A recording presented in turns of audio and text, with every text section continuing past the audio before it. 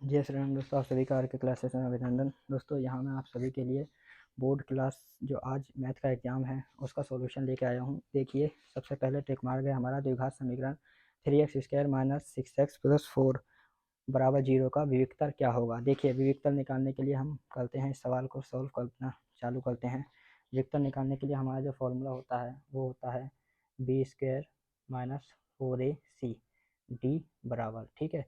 इससे हम A B C निकाल लेंगे। सबसे पहले तुलना करके ए आ गया हमारा 3, बी आ गया हमारा -6 और सी क्या आ गया हमारा 4, ठीक है दोस्तों। तो लगा दो इस वाले फॉर्मूले में जहाँ जहाँ जो चीज़ धरना है। बी क्या आ जाएगा -6 का होल स्क्वायर -4 मल्टीप्लाई 3 मल्टीप्लाई 4, ठीक है। तो यहाँ आ गया मेरा डी बराबर। देखिए डी इक्वल -6 का स्क्वायर करोगे तो क्या आ जाएगा 36 माइनस 4 × 12 और बाई चौक 48। यहाँ पे क्या आ गया जी हमारा 48। 36 में से 48 गए तो कितने बचे, यहाँ बच गए जी आपके -12। डी इक्वल क्या आ गया -12। तो जो आपका ऑप्शन नंबर कौन सा सही है, ये ऑप्शन नंबर डी आपका सही है, ठीक है, पहले क्वेश्चन का। इसके बाद दूसरा क्वेश्चन देखिए, समीकरण 3x प्लस के 2y बराबर 6। देखिए दूसरा क्वेश्चन क्या कह रहा है, समीकरण 3x प्लस 2y बराबर 6 तथा y बराबर 0 का हल क्या होगा। 0 का हल क्या होगा, देखो y बराबर 0 इस समीकरण में हम डाल देंगे तो क्या आ जाएगा 3x प्लस के 2 मल्टीप्लाई 0 बराबर 6। यानी कि देखो किसी भी चीज़ की अगर 0 में मल्टीप्लाई होता है तो क्या आ जाता है 0 आ जाता है बराबर 6, ठीक है। तो यहाँ क्या आ जाएगा 3x बराबर 6, x इसके मल्टीप्लाई में है तो इक्वल के दूसरी तरफ जाके कैसा हो जाएगा, ये डिवाइड में हो जाएगा। तो 3 दूनी 6, यानी कि यहाँ क्या आ गया जी हमारा x बराबर 2 आ गया। तो इसका जो आंसर है वो क्या है, देखो y तो ऑलरेडी पहला 0 है, y क्या है 0 और x क्या आ गया मेरा 2, यानी x, y बराबर क्या आ जाएंगे 2, 0। क्या ऐसा ऑप्शन है हमारे पास, देख लो जी, हाँ है। यानी दूसरे का कौन सा ऑप्शन सही है, ऑप्शन नंबर 2, ठीक है। अब इसके बाद अपने आगे क्वेश्चन की ओर चलते हैं। देखिए इसके बाद जो क्वेश्चन है वो ये है, यदि बिंदु a -4,2 तथा b 5,6 को जोड़ने वाले रेखाखंड का मध्य बिंदु c α,8,4 है, α,8,4 है, तो अल्फा का मान क्या होगा। देखो इस सवाल को करने के लिए सबसे पहले यहाँ पर लो, ये सवाल मैंने लिख रखा है। मध्य बिंदु का सूत्र होता है x, y बराबर x1 plus x2/2 y1 plus y2/2। यह कोऑर्डिनेट ज्योमेट्री निर्देशांक ज्यामिति से आया हुआ सवाल है, ठीक है। क्योंकि हमें x की ही तो वैल्यू निकालनी है यहाँ पर अल्फ़ा की, और ये किस पार्ट में पड़ता है, ये x में पड़ता है। तो इसी का ही फॉर्मूला यूज कर लेते हैं हम। क्या आ जाएगा x बराबर x1 प्लस x2/2। ये दोनों वैल्यू मैंने आपको लिख के दे रखी हैं, यहाँ से मैं वैल्यू लिख लूँगा। देखो α/8 x की जगह ये आ गया, ठीक है। इसके बाद -4 प्लस के 5/2, ठीक है जी। इसमें से ये गए 5 में से 4 गए तो 1/2 यहाँ बच गया, इसे ऐसे कैसे उतार लो।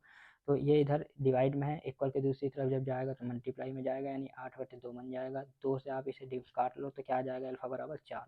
यानी कि इसका कौन सा आंसर सही है, इसका आंसर नंबर बी सही है। कौन सा नंबर 3 का क्या सही है, बी। क्वेश्चन नंबर 3 का बी ऑप्शन सही है, ठीक है। इसके बाद चलते हैं अपने नेक्स्ट क्वेश्चन की ओर।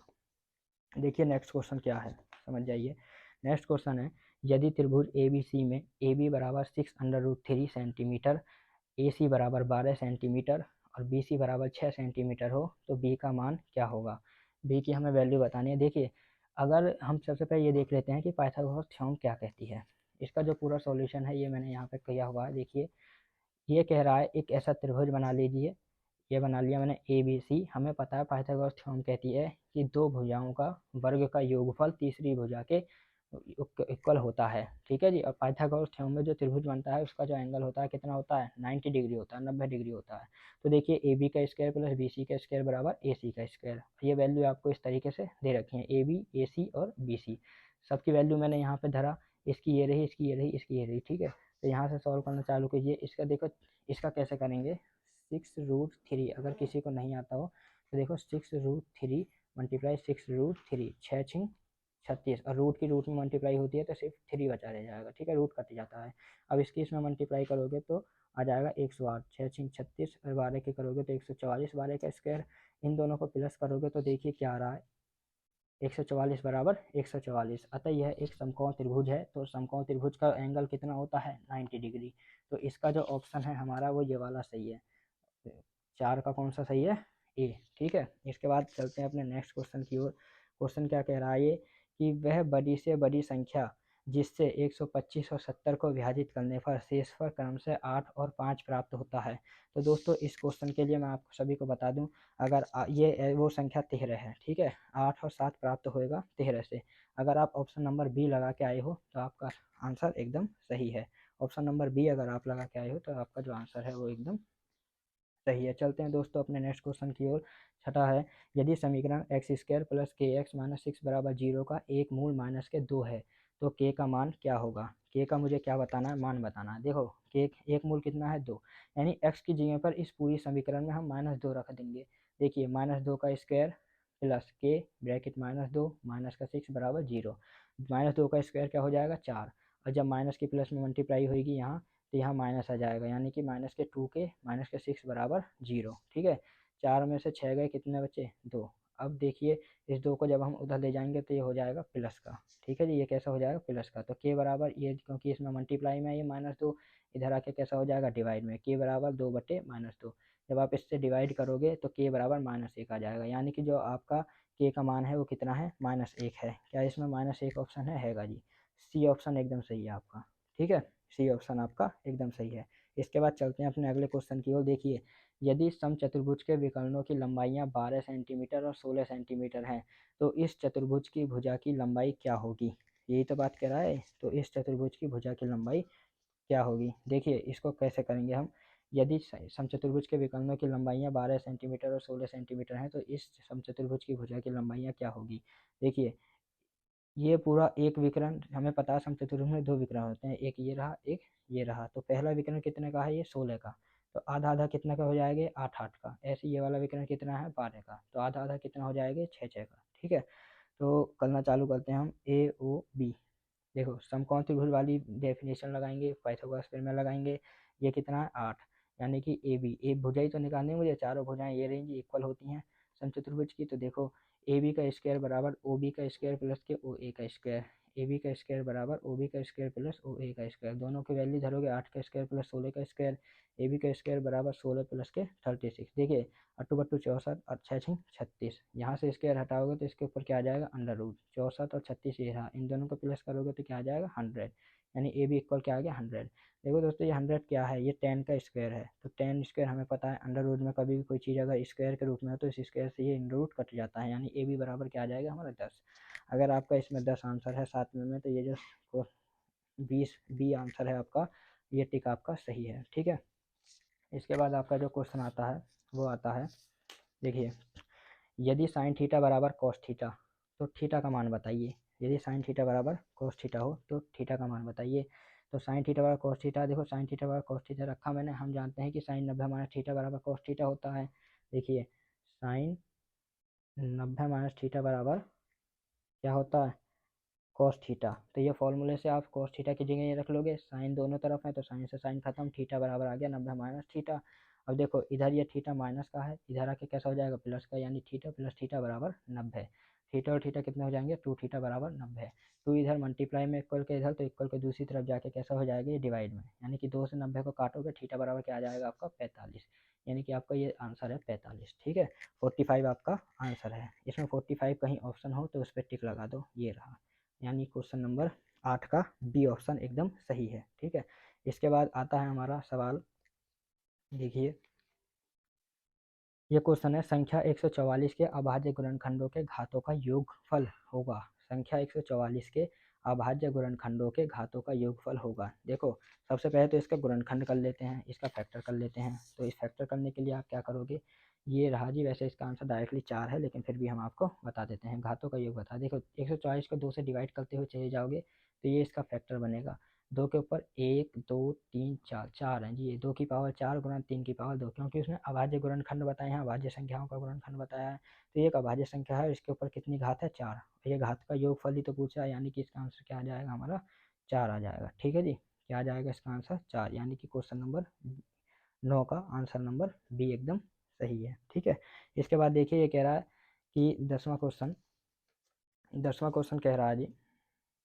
देखिए 10वां क्वेश्चन कह रहा है, बिंदु माइनस के 3, 5 की दूरी वाई अक्ष से दूरी कितनी होगी। बिंदु -3, 5 की वाई अक्ष से दूरी कितनी होगी। दोस्तों अगर इसका आप ऑप्शन नंबर सी लगा के आए हो, ऑप्शन नंबर सी लगा के आए हो तो ये एकदम सही है। ग्राफ मेथड है, ग्राफ नहीं था इसीलिए इसे किया नहीं है। ठीक है, देखिए बिंदु -3, 5 की वाई अक्ष से दूरी क्या होगी। अगर आप ऑप्शन नंबर सी लगा के आए हो तो आपका आंसर एकदम सही है। ठीक है, इसके बाद आ जाइए करते हैं सवाल को। ये कह रहा है sin 15/cos 75 का मान क्या होगा। ये वाला क्वेश्चन है जी, क्वेश्चन नंबर 11। sin 15 तथा cos 75 का मान क्या होगा। देखो जब भी ऐसा क्वेश्चन आ जाए ना तो उसका मान तो हमेशा एक ही होता है, फिक्स याद कर लेते हैं आप सभी। हो सकता है याद भी किया हो, सही भी किया हो। तो देखिए sin 15 का क्या हो जाएगा। sin 15 को हम क्या लिख सकते हैं, हम sin 15 को देखो इसी 15 को हम लिख सकते हैं 90 - 75। 90 में से 75 गए, कितने बचे, 15 बचेंगे। cos 75, ठीक है। अब sin 90 माइनस थीटा क्या होता है, cos थीटा, यानी cos 75 आ गया बटे cos 75। इससे ये खत्म हो जाएगा, कितना बचेगा, एक। यानी कि अब हमारा आंसर क्या आ रहा है, इसका एक आ रहा है। एक कहाँ पर है हमारा ऑप्शन, ये रहा। ठीक है, 11, क्वेश्चन नंबर 11 का पहला मतलब ए आंसर एकदम सही है। ठीक है जी, देखिए अगला क्वेश्चन करते हैं हम। ये है जी आपका बारंबारता वाला क्वेश्चन। ठीक है, देखिए वर्ग अंतराल बारंबारता x i into f i, माध्य निकालना है तो सिंपल सी बात है, ये फॉर्मूला लगेगा। इनमें 2 से डिवाइड करके आप एक्स आई को बना लो और एफ आई आपको दे रखी है, इन दोनों की मल्टीप्लाई करके एक्स आई इंटू एफ आई निकाल लो। इसके बाद एफ आई का सम और एक्स आई इंटू एफ आई का सम। ठीक है जी, और माध्य निकालने के लिए ये फॉर्मूला होता है summation F I multiply x I upon summation F I. 390 आपका ये है एक्स आई इंटू एफ आई का समेसन, और ये आ गया आपका 20। देखो 0 से 0 गई, अब 2 से 39 को डिवाइड करोगे तो 19.5 आ जाएगा। अगर 19.5 आपके ऑप्शन में हो तो वही आपका आंसर है। वो क्या है आपका आंसर, ठीक है जी, वो क्या है आपका आंसर, यानी 19.5 डी, ये रहा जी, ये आपका आंसर है। ठीक है, चलो चलते हैं इसके बाद अपने आगे क्वेश्चन की ओर। देखिए अब ये नेक्स्ट क्वेश्चन जो है ये कह रहा है कि यदि 3 cot थीटा = 4 है तो कोसेक थीटा का मान क्या होगा। देखो दोस्तों सबसे पहले तो लाल बटे कक्का से मैं कर लेता हूँ। 3 cot थीटा = 4, 3 इसके मल्टीप्लाई में है तो ये इधर आ जाएगा डिवाइड में, यानी cot थीटा = 4/3। तो देखो हमें पता है कि cot कहाँ होता है, इसमें यहाँ पर होता है cot। ठीक है, तो आधार बटे लंब, यानी ऊपर वाला आधार है और ये वाला लंब है। इन दोनों से पाइथागोरस प्रमेय से सॉल्व करोगे तो 5 आ जाएगा। ये तो याद हो गया होगा सॉल्व करते करते इतने दिनों से। तो 3 और 4 को पाइथागोरस प्रमेय से निकालोगे इसके कर्ण की भुजा को तो क्या आ जाएगा, 5 आ जाएगा। यानी कोसेक थीटा बराबर क्या आ गया हमारा, कोसेक थीटा हमारा यहाँ होता है कर्ण बटे लंब। कर्ण क्या है इसमें 5 और लंब क्या है इसमें 3, यानी कोसेक थीटा बराबर 5/3 आपका आंसर आ गया। अगर आपका 5/3 कहीं है तो उस पर आप टिक लगा दिया जी। क्वेश्चन नंबर 13 का सी ऑप्शन है। क्वेश्चन नंबर 13 का कौन सा है, सी सही है। ठीक है जी, क्वेश्चन नंबर 13 का कौन सा सही है, सी सही है। इसके बाद आ जाओ दोस्तों अपने आगे क्वेश्चन की ओर चलते हैं। क्वेश्चन नंबर 14 ये कह रहा है यदि दो गोलों के आयतनों का अनुपात 27:64 है तो उनके पृष्ठीय क्षेत्रफलों का अनुपात होगा। देखो इसे कैसे करेंगे, हम जानते हैं देखो पहले गोले का आयतन बटे अनुपात, अनुपात का मतलब बटे ही होता है। ठीक है, यानी पहले गोले का आयतन अनुपात दूसरे गोले का आयतन बराबर 27/64। दोस्तों गोले का आयतन का फॉर्मूला आप सभी को पता है, 4/3 पाई आर की क्यूब। तो ये मैंने लगा दिया R1 R2। देखो इससे तो ये कट जाएंगे अपॉन में ही। ठीक है, बचा क्या रहेगा मेरा, R1 की 3 और R2 की 3। हम जानते हैं कि 3 की 3 ये होता है 27, 3 गुना 3 गुना 3, 3 3 9 होती है 27। ऐसे ही आ जाएगा 4 गुना 4 गुना 4, 4 4 16, 16 चौका 64, ये आ गया। देखो दोस्तों इस पावर से पावर कट जाती है। ठीक है, पावर से पावर कट जाती हैं। तो R1/R2 क्या बचा रह जाएगा हमारा, 3/4। R1/R2 क्या बचा रह जाएगा, 3/4। क्योंकि हमें निकालना क्या है, पृष्ठ क्षेत्रफलों का अनुपात निकालना है। तो गोले 1 का पृष्ठ क्षेत्रफल, गोले 2 का पृष्ठ क्षेत्रफल बराबर 4 पाई R1 का स्क्वायर बटे 4 पाई R2 का स्क्वायर। हम जानते हैं कि ये जो चीज़ इक्वल है वो तो कट जाएंगी, 4 पाई से 4 पाई डिवाइड हो गया। तो R1 का स्क्वायर बटे R2 का स्क्वायर, और R1 R2 हमारे ये 3/4, यानी 3 का स्क्वायर बटे 4 का स्क्वायर। तो 3 का स्क्वायर क्या हो जाएगा 9, और 4 का स्क्वायर क्या हो जाएगा 16। तो ये आ जाएगा 9:16। ठीक है, तो ऑप्शन नंबर आपका कौन सा सही है इसमें, 9:16, यानी ए। 14वें का कौन सा ऑप्शन है आपका, ए। ठीक है जी, अब चलते हैं अपने नेक्स्ट क्वेश्चन की ओर। देखिए ये कह रहा है कि यदि कुछ परीक्षणों के बहुलक तथा माध्य क्रम से 45 तथा 27 हैं तो माध्यिका होगी। दोस्तों ये सॉल्व करना कोई बड़ी बात नहीं है। अगर आपको सॉल्यूशन चाहिए तो मुझे कमेंट जरूर करना, लेकिन इसका आंसर मैं डायरेक्टली आपको बता देता हूँ, 33 है। इसका आंसर क्या है, 33, यानी कि ऑप्शन नंबर बी। 15वें का कौन सा ऑप्शन सही है आपका, बी। 15वें का कौन सा ऑप्शन सही है आपका बी। अब आ जाओ 16वें सवाल को हम करते हैं। समीकरण x square minus 2x plus के 1 बराबर 0 के मूल होंगे। अब इसमें मूल निकालने हैं। मूल निकालने के आपके दो तरीके हैं, या तो आप अल्फा प्लस बीटा वाले से निकाल लो या फिर आप इसका फैक्टर कर लो, ठीक है। दोनों से एक ही निकलेगा, मैंने फैक्टर से निकाल दिया। आप चाहो अल्फा प्लस बीटा, ये जो फॉर्मूला है अल्फा प्लस बीटा बराबर माइनस के बी अपॉन ए और अल्फा इंटू बीटा बराबर सी अपॉन ए, इससे निकाल लो तो भी बात एक ही है। तो मैंने फैक्टर किया, एक एकम एक और एक दो, तो यहाँ पे माइनस की मल्टीप्लाई अंदर हो जाएगी। इन दोनों में क्या कॉमन है एक्स, तो एक्स माइनस वन बचा। इन दोनों में क्या कॉमन है, जहाँ कुछ कॉमन ना हो वहाँ वन कॉमन ले लेते हैं, माइनस वन कॉमन ले लिया मैंने तो एक्स माइनस वन यहाँ बच गया। अब ये लाइन और ये लाइन पूरी कॉमन है, इसे कॉमन ले लो, ये दोनों चीज़ यहाँ बचे रह गई। देखिए इसके बराबर एक बार जीरो धरा तो एक्स की वैल्यू वन आ गई, ऐसे इसके बराबर एक बार जीरो धरा तो एक्स की वैल्यू वन आ गई, यानी इसके जो मूल हैं वो क्या है 1,1। इसके मूल क्या है 1,1। तो यानी कि 16वें का कौन सा सही है, क्वेश्चन नंबर वो ऑप्शन नंबर ए, ठीक है। ऑप्शन नंबर ए हमारा सही है। इसके बाद चलते हैं दोस्तों अपने अगले क्वेश्चन की ओर। देखिए नेक्स्ट क्वेश्चन मेरा क्या है, इस चीज़ को समझिए। कह रहा है यदि 7, 13, 20, 17 तथा 3x का समांतर माध्य 18 है तो x का मान क्या होगा। देखो इस क्वेश्चन को सॉल्व करने के लिए हम क्या करेंगे, समांतर माध्य बराबर आंकड़ों का योग अपॉन आंकड़ों की कुल संख्या। आंकड़ों का योग अपॉन आंकड़ों की कुल संख्या। आंकड़े कितने हैं हमारे पास, देखो ये सब आंकड़े हैं तो इनका मैंने योग कर लिया। 18 तो समांतर माध्य दे रखा है तो इस समांतर माध्य की जगह ये लिख दिया इक्वल में इन सब का योग कर लो बटे आंकड़ों की संख्या कितनी है 1 2 3 4 5, तो 5 को नीचे लिख लो, ठीक है। इसे सॉल्व कर लो, यहीं से x का मान निकल जाएगा। 5 की मल्टीप्लाई इसमें कर दो तो ये आ गया 18 पंजे कितना आ जाएगा 90। देखो इन सबको योग करोगे तो 57 प्लस के 3x बटे 5, 5 की इधर मल्टीप्लाई कर दो तो 90 आ जाएगा बराबर 57 प्लस के 3x। इक्वल के इधर ये 57 प्लस में है तो इक्वल के उधर जाके माइनस में हो जाएगा 90 बराबर 90 माइनस 57 बराबर 3x, ठीक है जी। 90 में से 57 गए कितने बच गए 33। और देखिए जब 33 बचे ये इधर 3 मल्टीप्लाई में इधर जाके डिवाइड में आ जाएगा, 3 से ये डिवाइड कर देंगे तो x इक्वल क्या आएगा 11 आ जाएगा। x इक्वल क्या आ जाएगा 11 आ जाएगा, ठीक है। यानी कि ऑप्शन नंबर आपका कौन सा सही है इसमें 11। ऑप्शन नंबर कौन सा सही है 11। अब दोस्तों 18वां क्वेश्चन चलते हैं। 18वां क्वेश्चन को सॉल्व करते हैं अब हम। देखिए 18वें क्वेश्चन के लिए ये लिख लिया मैंने क्वेश्चन, ठीक है। 18वां क्वेश्चन ये है आपका और ये लिख लिया मैंने आपका क्वेश्चन। देखिए सॉल्व करते हैं इसे। इससे पहले क्वेश्चन उतारा, उसके बाद इसका एलसीएम ले लिया। इसका इसमें एलसीएम लोगे तो यहाँ आ जाएगा 3 माइनस के 2x स्क्वायर बटे एक्स बराबर 2 अपॉन एक्स। देखो दोस्तों जो चीज़ इक्वल में बराबर होती हैं इक्वल होती हैं वो कट जाती हैं, वो डिवाइड हो जाती हैं, तो एक्स से एक्स खत्म हो जाएगा। अब बचा क्या फिर सिर्फ 3 माइनस के 2x स्क्वायर बराबर 2, ठीक है जी। इस 3 को उधर ले जाओ तो ये हो जाएगा माइनस का 3। 2 में से 3 गए तो माइनस 1 बचा और ये माइनस का पहले से ही है तो माइनस से माइनस कट जाएगा, 2x स्क्वायर बराबर क्या आ गया 1।